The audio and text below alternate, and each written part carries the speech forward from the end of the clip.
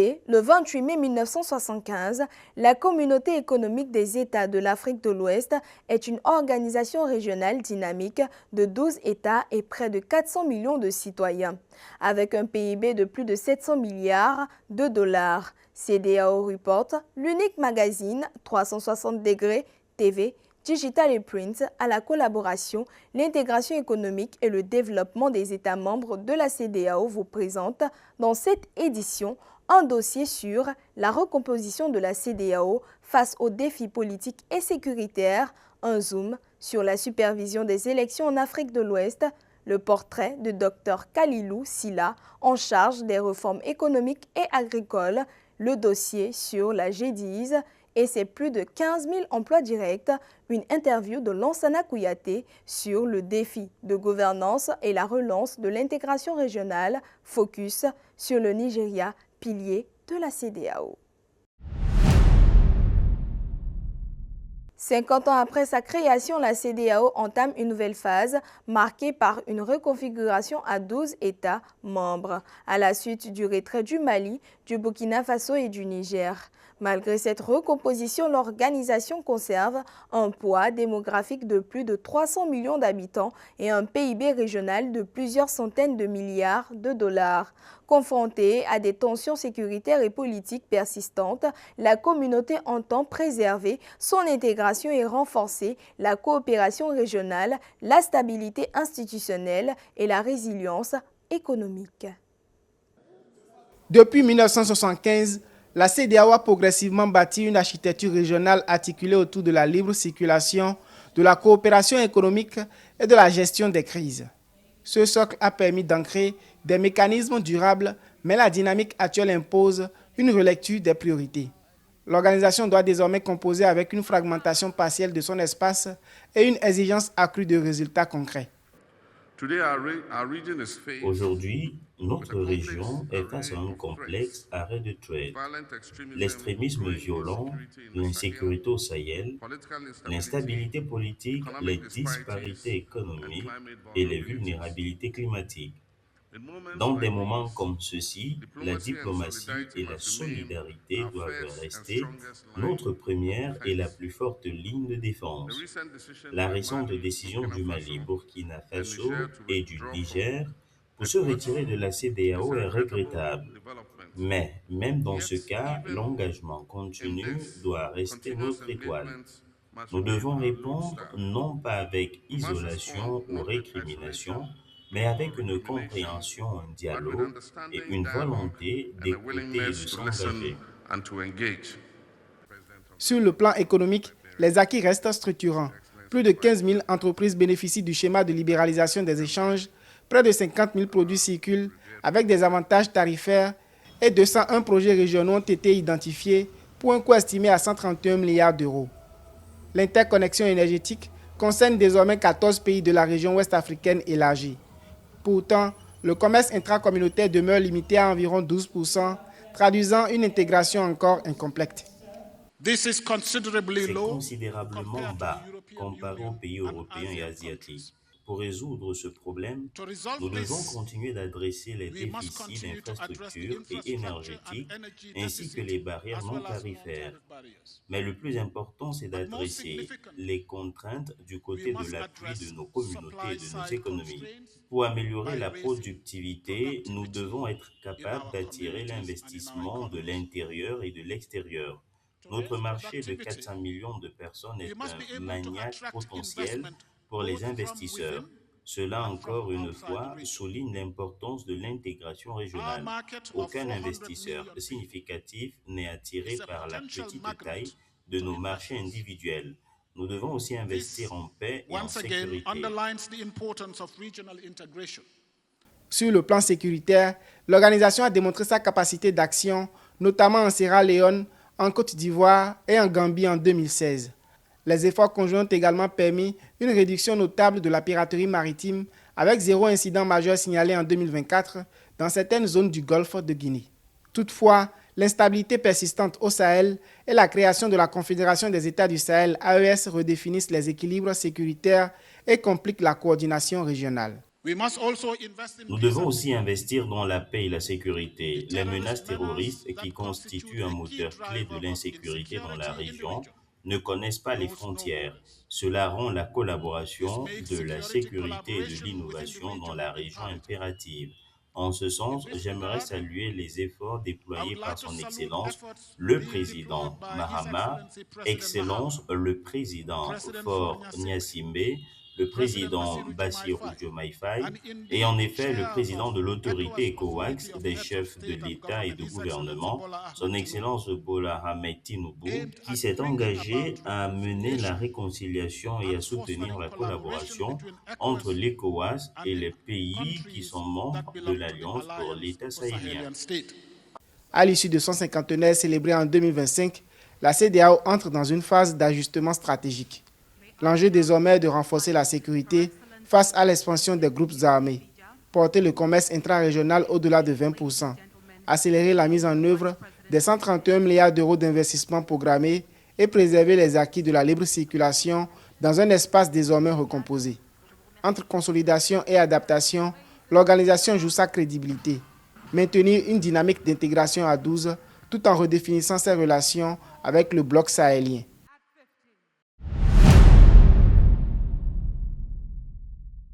Dans un contexte marqué par des échéances électorales régulières en Afrique de l'Ouest, la CEDEAO déploie systématiquement des missions d'observation afin de sécuriser les processus électoraux et renforcer la crédibilité des scrutins. À travers ces dispositifs, l'organisation poursuit un objectif constant, garantir des élections transparentes, apaisées et reconnues tant par les populations que par les acteurs politiques, tout en consolidant la confiance dans les institutions démocratique. Dans un contexte régional marqué par des crises politiques répétées et des transitions souvent incertaines, les élections apparaissent comme un véritable test de la résilience et de la solidité des États. La présence d'observateurs électoraux s'impose alors comme un levier de régulation démocratique.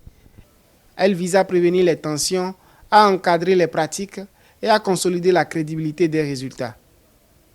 Vous savez que les documents constitutifs de la CEDEAO visent que les élections sont les meilleures façons d'exercer la comptabilité du peuple et que ECOWAS, la CEDEAO vise que la bonne gouvernance c'est basé sur des élections crédibles et transparentes. Et dans ça, le protocole de la CEDEAO exige que ces élections doivent être organisées dans une manière qui coordonne les valeurs démocratiques. Et notre mission d'observer si vraiment ces règles, ces valeurs sont respectées. Ces missions reposent sur des dispositifs structurés, mobilisant parfois plus de 150 observateurs déployés sur l'ensemble du territoire concerné. Leur mandat couvre l'évaluation de la régularité du scrutin, l'accès équitable aux médias, la transparence des opérations de vote et la conformité aux normes régionales. En amont, des consultations sont menées avec les institutions électorales, les juridictions constitutionnelles et les organes de régulation des médias afin d'anticiper les zones de friction. C'est un travail traditionnel que la CEDEAO fait dans le cadre du protocole additionnel relatif à la démocratie, à la bonne gouvernance et aux élections. Vous savez que la CEDEAO a ce protocole depuis 2001 et qui nous exige donc d'observer les élections partout dans les États membres.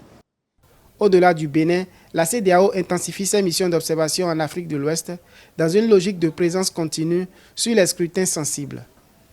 En Guinée, 120 experts ont été déployés pour la présidentielle de décembre 2025, tandis qu'en Côte d'Ivoire, une mission conjointe avec l'Union africaine a accompagné le scrutin d'octobre de la même année. Au Bénin, l'organisation a poursuivi cette action avec une mission dédiée à la présidentielle du 12 avril 2026, mobilisant plus de 150 observateurs sur l'ensemble du territoire. Ces dispositifs ont couvert l'ensemble du cycle électoral de la campagne au dépouillement avec une vigilance accrue sur la sécurité, la transparence et le respect des cadres juridiques. Heureusement, il y a la paix. Partout que je suis allé au pays, le rapport des observateurs de la CEDEAO parle d'un paix général au pays. Et ça, c'est important et ça fait qu'il donne une crédibilité aux élections. Et deuxième chose, les élections sont bien organisées. L'action de la CEDEAO s'appuie sur un cadre juridique fondé sur le traité de 1975, sa révision de 1993 et le protocole de 2001 dédié à la démocratie et à la bonne gouvernance. Ce cadre fixe des exigences, entre autres, organiser des élections libres, garantir la transparence des opérations et assurer l'acceptation des résultats par l'ensemble des acteurs. À cela s'ajoute un suivi post-électoral à travers des rapports et recommandations destinés à corriger les dysfonctionnements et à renforcer la participation citoyenne. À l'échelle régionale, chaque scrutin dépasse désormais les frontières nationales et engage la stabilité collective. Face à la montée des contestations électorales et à l'érosion de la confiance publique, la CEDEAO joue sa crédibilité sur sa capacité à faire respecter ses propres règles. Commissaire aux affaires économiques et à l'agriculture de la CEDEAO depuis 2025, Dr Khalilou Sylla joue un rôle clé dans les politiques de développement en Afrique de l'Ouest. Il œuvre à renforcer la résilience économique, soutenir l'intégration régionale et moderniser l'agriculture. Son portrait avec Christian Belobo. Commissaire aux affaires économiques et à l'agriculture de la CEDEAO depuis le 1er octobre 2025, le Dr Khalilou Sylla incarne le profil d'un technocrate chevronné appelé à jouer un rôle central dans la transformation économique de l'Afrique de l'Ouest. Son arrivée intervient dans un contexte marqué par des tensions sur les marchés agricoles, une inflation persistante et une insécurité alimentaire croissante. Mais au-delà de cette fonction stratégique, c'est tout un parcours construit autour de l'économie du développement, de l'intégration régionale et des politiques publiques qui fondent aujourd'hui sa légitimité. Avec l'intégration régionale aujourd'hui et les accords qu'on a en niveau de la CEDEAO, mais un jeune Ivoirien peut aller au Nigeria, j'en trouve, qui sont ingénieurs, les horizons sont vastes et sont longs. Comment nous le monde? Ça va être la question la plus importante. Et sur cette question, n'oubliez pas, nous sommes déjà en Afrique de l'Ouest, nous sommes déjà à plus de 300 millions d'habitants. En 2050, le Nigeria va faire 400 millions. 400 millions d'habitants, ce sera l'Europe et particulièrement les États-Unis. Ensemble, comment on nourrit ces gens? Donc l'économie agricole au centre du jeu, ce n'est pas en dehors du jeu. Mais comment les jeunes se projettent par rapport à ce centre du jeu, c'est toute la question qui fait la différence. Économiste de formation, titulaire d'un doctorat en économie à l'université Félix Houphouët-Boigny d'Abidjan, Khalilou Sylla s'est spécialisé dans les politiques macroéconomiques, commerciales et agricoles. Son expertise s'est forgée au sein d'institutions régionales et internationales où il a occupé plusieurs fonctions techniques et stratégiques. Il s'est notamment illustré dans la conception de programmes de développement visant à renforcer les économies africaines, améliorer la gouvernance économique et favoriser l'intégration régionale. À travers ses différentes responsabilités, il a acquis une solide expérience en planification stratégique, en analyse des politiques publiques et en coordination des projets complexes à l'échelle sous-régionale. Je crois que s'il y avait des sciences économiques, n'hésitez pas d'aller les créer pour moi-même, parce que je crois que c'est quelque chose qui me parle, c'est mon âme profonde. D'accord. Et ce que je fais, ce que j'aime dans cette carrière, c'est qu'on est ajustable. Moi, j'ai fait l'économie agricole. Aujourd'hui, je ne parle de mon ethnique. Aujourd'hui, je parle de libre circulation des personnes. Aujourd'hui, je suis dans des domaines d'environnement, d'agriculture, de secteur privé. Voilà. Mais au départ, c'était l'économie agricole au CRS. Avant sa nomination comme commissaire, il a occupé des postes clés au sein des structures liées à la coopération économique en Afrique de l'Ouest, notamment comme directeur général du commerce extérieur au ministère du Commerce et de l'Industrie en Côte d'Ivoire, ainsi que directeur de cabinet au ministère de l'Intégration africaine, contribuant activement à la mise en œuvre de réformes visant à stimuler le commerce intra-régional et à lever les barrières à la libre circulation. Son action s'est également inscrite dans le renforcement de la compétitivité des secteurs agricoles, avec une attention particulière portée aux chaînes de valeur, à la productivité et à la résilience face aux chocs externes. Cette trajectoire professionnelle lui a permis de développer une vision globale des enjeux économiques à la croisée des politiques nationales et des dynamiques régionales. L'économie agricole est toujours d'actualité et un pan important qui n'est pas encore bien couvert dans l'économie agricole, c'est les questions notamment d'agribusiness. Comment on se projette sur ce monde? Comment on peut gouverner le monde? C'est ça les questions qu'on doit poser aujourd'hui. Qu'on soit en économie agricole, vous voyez, les plus riches du monde investissent aujourd'hui. Quand vous prenez quelqu'un comme Bill Gates, comme Warren Buffett, ils investissent dans le milieu agricole. Pourquoi? Dans 50 ans, il n'y aura rien à manger. Les grosses questions du monde vont se poser sur l'agriculture. Reconnu pour sa rigueur analytique et sa maîtrise des enjeux du développement, Khalilou Sylla apparaît aujourd'hui comme un acteur clé pour impulser des réformes structurelles au sein de la CEDEAO. Son parcours, marqué par une diversité d'expériences et une expertise pointue, le positionne comme un artisan de la transformation économique et agricole de la sous-région. Lancée en 2016, la zone industrielle de Glodibé est un moteur de croissance pour le Bénin. Avec 1640 hectares et 1,4 milliard de dollars d'investissement, cette zone stratégique abrite déjà 14 unités industrielles. La GDIS, structure des chaînes de valeur locale, renforce la production nationale, crée des emplois et réduit la dépendance aux importations. Depuis 2016, le Bénin a engagé une transformation en profondeur de son économie, organisée autour d'une orientation fondée sur la production, la transformation et l'exportation. Cette dynamique se matérialise au sein de la zone industrielle de Glodibé GDIZ, devenue le principal moteur de cette stratégie industrielle. Le site s'étend sur 1640 hectares, dont 400 hectares déjà aménagés, et regroupe un volume d'investissement estimé à 1,4 milliard de dollars. À ce jour, la zone compte 14 unités industrielles en activité et a permis la création de plus de 15 000 emplois directs avec une projection de 300 000 emplois à l'horizon 2030. En 2016, le Bénin a connu l'accession au pouvoir du président Patrice Talon qui a estimé qu'il fallait changer de façon radicale, de façon structurelle notre économie. Et c'est dans la quête de cette transformation structurelle que le président a eu la vision de désormais faire porter notre économie par un certain nombre de secteurs. Et donc, c'est cette volonté de transformer notre économie qui a conduit à identifier un partenaire, notamment le groupe Arise, qui a mis en place, avec le gouvernement de la République du Bénin, une joint venture qui est la CIPI. CIPI Bénin SA est la société en charge de l'aménagement, du développement, de la promotion et de l'exploitation de la zone économique spéciale de Glodibé. C'est une zone qui couvre 1640 hectares. Et donc, cette zone a été créée en février 2020. Nous avons engagé les premiers travaux d'infrastructure en juin 2021. Dans cette dynamique, la diversification industrielle s'accélère avec l'émergence de nouvelles filières dont la céramique constitue un marqueur. L'installation de African Ceramic Solutions en est l'illustration. L'unité affiche une capacité de production de 100 000 m² de carreaux par jour, soit près de 3 à 3,5 millions de mètres carrés par an, à partir de ressources locales telles que le kaolin, l'argile et le granit.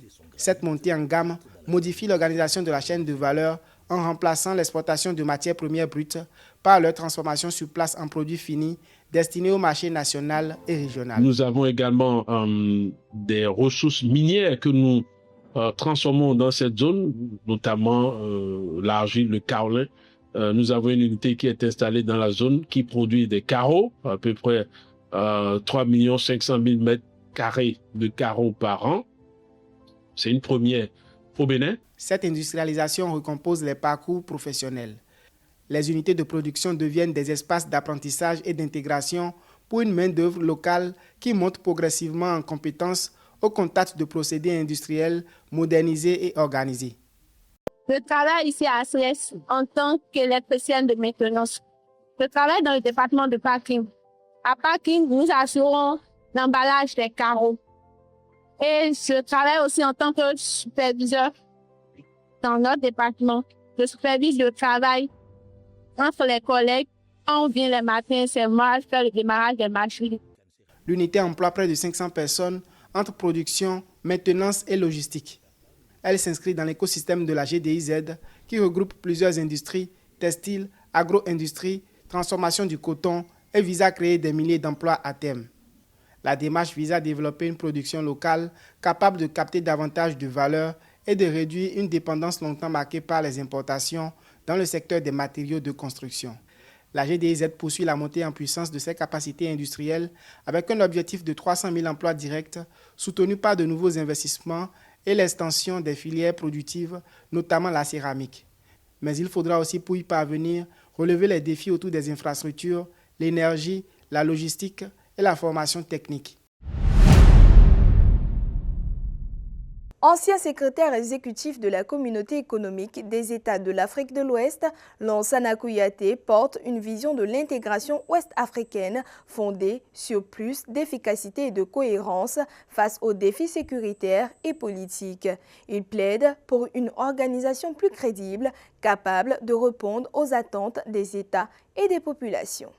En tant qu'ancien secrétaire exécutif de la CEDEAO, quels sont selon vous les principaux acquis de l'organisation au cours des 50 dernières années? Par exemple, l'un des acquis de la CEDEAO, c'est le passeport CEDEAO. C'est le passeport stampillé CEDEAO. Passeport diplomatique, passeport ordinaire qui circule dans tous les États de la CEDEAO, c'est mis là-dessus en première page de couverture CEDEAO. Les logos des pays n'apparaissent qu'en 4e page de couverture, vous voyez? Donc la CEDEAO est mise en avant. Il y a ça. Les cartes d'identité CEDEAO et les certificats de naissance CEDEAO sont aujourd'hui biométriques, c'est-à-dire à partir d'un seul document, vous pouvez lire tout le reste. Il y a la libre circulation des personnes et des biens. Qu'est-ce que ça veut dire? Pour la libre circulation des biens, des personnes, vous le savez, c'est lever les barrières frontalières pour permettre aux citoyens de la CEDEAO de voyager d'un pays à l'autre sans tracasserie aux frontières. Cela a été fait. Et vous avez le droit d'établissement. Le droit d'établissement veut dire quoi? Ça veut dire que tout travailleur dans n'importe quel pays de la CEDEAO, au lieu de chercher, quand il cherche à s'installer dans un autre pays, il n'a pas à se tracasser. Mais aussi dans le domaine politique. Le protocole à la prévention des conflits a été complété par un protocole additionnel qui touche cette fois-ci le renforcement de la démocratie. À l'occasion du cinquantenaire de la CEDEAO, pensez-vous que l'organisation a été à la hauteur des ambitions fixées par les États membres? Une organisation n'est jamais entièrement à 100% à la hauteur. Il y a toujours, le temps marche, le temps file, il y a des défis. Les objectifs fondamentaux qui sont fixés dans le traité ou le traité révisé, appelons ça comme on veut, mais dans le traité de la CEDEAO, ce sont ces objectifs qui sont prévus. Mais quand vous êtes statique là-dessus, vous ne réévaluez pas et vous attendez que le temps passe, de générations nouvelles viennent, des exigences nouvelles viennent. Ce que je souhaite pour la CEDEAO et pour le reste, n'est-ce pas, des organisations sous-régionales africaines, c'est d'être en parfaite adéquation avec le temps, ce qui exige de toute organisation nationale, sous-régionale, internationale, même les Nations Unies, de s'adapter à chaque fois. Que vous inspire le retrait des pays de l'Alliance des États du Sahel de la CEDEAO et quelles pourraient être les conséquences sur l'intégration régionale et la coopération sécuritaire en Afrique de l'Ouest? Ce problème-là est, à mon avis, la source principale, c'est quoi? La CEDEAO a pris une décision pour l'application de la démocratie. Les coups d'État existent, malgré tout. Les pays de l'AES sont les derniers coups d'État qu'on a enregistrés. La CEDEAO réagit en même temps que l'UEMOA, parce que beaucoup ne savent pas que tous les pays de l'UEMOA étaient membres de la CEDEAO. Mais l'inverse n'est pas vrai, parce qu'il y a des membres qui sont de la CEDEAO qui ne sont pas de l'UEMOA. La Guinée est un cas particulier parce que c'est le seul pays francophone qui soit de la CEDEAO sans être de l'UEMOA. Ça, c'est un cas particulier. Mais au total, quand le temps passe, toute organisation doit pouvoir 2 ans, 3 ans, 4 ans, 5 ans, comme on veut, après, chaque fois, mettre en revue comment se comporte notre organisation vis-à-vis de tel problème. L'évaluation par les organisations, je vous dis bien internationales, régionales et sous-régionales, est absolument nécessaire. Si on ne le fait pas, on rate le coche et c'est ce qui est arrivé avec les pays de l'AES. Quelle question permettrait d'expliquer pourquoi les organisations régionales comme la CEDEAO doivent aujourd'hui compléter leurs avancées économiques par des réformes en matière de démocratie et de gouvernance? Les pères fondateurs, et je cite les 15 qui ont signé le premier acte, c'est-à-dire le traité de Lagos. Ceux qui l'ont signé, il y avait tout. Sur le plan économique, parce que ECOWAS, c'est Economic Community of West African States. Économique, je mets l'accent sur ça. Mais l'économie, il y a eu beaucoup de choses qui ont été faites, mais il fallait compléter par maintenant les questions de la démocratie. Et c'est ce qui s'est passé. Donc, toute organisation, comme je l'ai dit, doit avoir sa couche de vernis.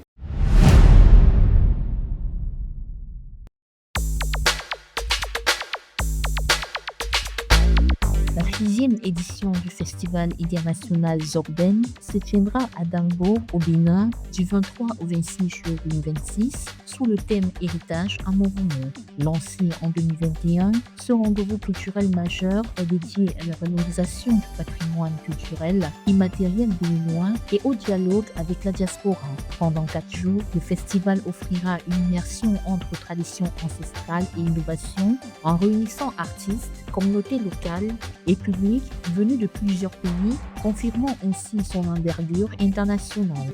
Du 30 juillet au 1er août 2026 se tiendra le Festival du tourisme et du loisir Festitour CI à Aboissau en Côte d'Ivoire. Cet événement majeur s'affirme comme une vitrine du tourisme, de la culture et des loisirs ivoiriens.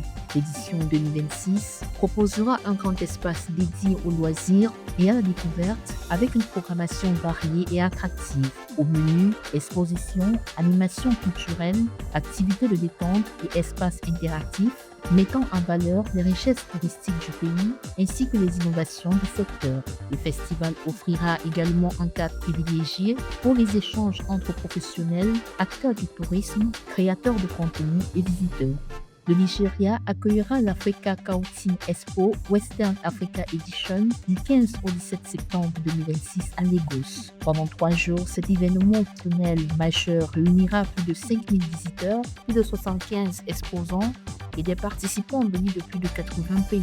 Intégré aux Africa Chemical Expo, le salon mettra en avant les innovations, les enjeux de durabilité et les opportunités d'investissement dans le secteur des peintures, encre et revêtements en Afrique de l'Ouest. À travers expositions, conférences techniques et rencontres B2B, il constitue une plateforme stratégique pour les industriels, distributeurs et investisseurs souhaitant se positionner sur un marché en pleine croissance. Avec environ 230 millions d'habitants en 2024, selon l'ONU, le Nigeria s'impose comme la première puissance démographique d'Afrique et le plus grand marché du continent. Première économie d'Afrique de l'Ouest, il occupe une place centrale au sein de la CEDEAO où son poids économique et politique structure largement les équilibres régionaux. Toutefois, ce leadership s'exerce dans un contexte marqué par des pressions économiques et des recompositions géopolitiques en Afrique de l'Ouest. Le Nigeria s'impose comme la première puissance démographique d'Afrique avec environ 230 millions d'habitants en 2024, selon la Banque mondiale et l'ONU. Cette population massive en fait le plus grand marché de consommation du continent avec un acteur incontournable de l'économie africaine. Son PIB est estimé entre 243 et 250 milliards de dollars en 2024, fortement influencé par les hydrocarbures. À lui seul, il concentre près de 35 à 40% du PIB de la CEDEAO, confirmant son rôle central dans la sous-région. Nous devons travailler ensemble pour poursuivre l'intégration économique inclusive de l'Afrique de l'Ouest. Nous devons faire preuve de collaboration. Nous devons nous soutenir parce que nos peuples ont suffisamment souffert. Nous devons faire une prière ici pour promouvoir l'économie régionale, la réconciliation, le développement, l'état de droit. We will commit to democracy and promote democracy and rule of law. Au sein de la CEDEAO, qui regroupe 12 États et près de 450 millions d'habitants, le Nigeria joue un rôle structurant. Son économie, dominée à près de 90% par les exportations pétrolières, influence fortement la croissance régionale estimée à 3,7% en 2024. Mais cette dépendance aux hydrocarbures fragilise également sa stabilité économique et celle de l'ensemble de la région. De l'origine du traité de Lagos en 1975 à cette réunion à Accra, la CEDEAO représente une œuvre d'intégration et un symbole d'espoir pour plus de 400 millions de citoyens dans notre région. Remarquablement, notre voyage au cours des 5 dernières décennies n'a pas été sans défi. Nous avons rencontré des instabilités politiques, des difficultés économiques, des déficits d'infrastructures et des menaces de sécurité, mais nous restons invincibles. Economic hardship, infrastructural deficits and security threats, but we remain undaunted. Dans ce contexte complexe, les États ouest-africains font face à une multiplication des défis. Instabilité politique, tensions sécuritaires au Sahel, inflation et pression sur les monnaies locales. Ces difficultés renforcent l'exigence d'une coopération plus étroite et d'une meilleure coordination économique au sein de la CEDEAO. Le Nigeria, en tant que principal contributeur, se retrouve ainsi au centre des attentes en matière de stabilité et de relance régionale. Nous devons mettre nos jeunes, dynamiques, créatifs et résilients au centre de notre agenda. Nous devons investir dans l'éducation, l'innovation et le développement des compétences pour débloquer le potentiel de l'Afrique. Nous devons toujours chercher la paix pour atteindre les collaborations nécessaires pour le développement.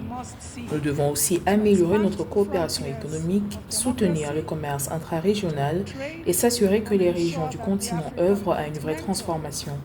Une Afrique prospère et bonne pour l'Afrique et le monde. A prosperous West Africa is good for Africa and the world. Malgré ses fragilités économiques, le Nigeria conserve un rôle stratégique majeur en Afrique de l'Ouest, avec son poids démographique et un marché de plus de 230 millions de consommateurs des ressources énergétiques importantes et une influence politique forte. Il reste un pilier incontournable de la CEDEAO. Toutefois, son leadership régional est aujourd'hui confronté à une concurrence croissante d'autres économies ouest-africaines, marquant une recomposition progressive des équilibres régionaux. La coopération intra-africaine est le socle de la prospérité future du continent. Merci de votre fidélité à CEDEAO Report, premier magazine 360 degrés TV, digital et print qui valorise l'intégration et le développement de 400 millions de personnes rassemblées dans la CEDEAO. Retrouvez CEDEAO Report en replay sur Africa 24, Africa 24 English, l'application MyAfrica 24, première plateforme de streaming HD d'Afrique et surtout nos réseaux officiels.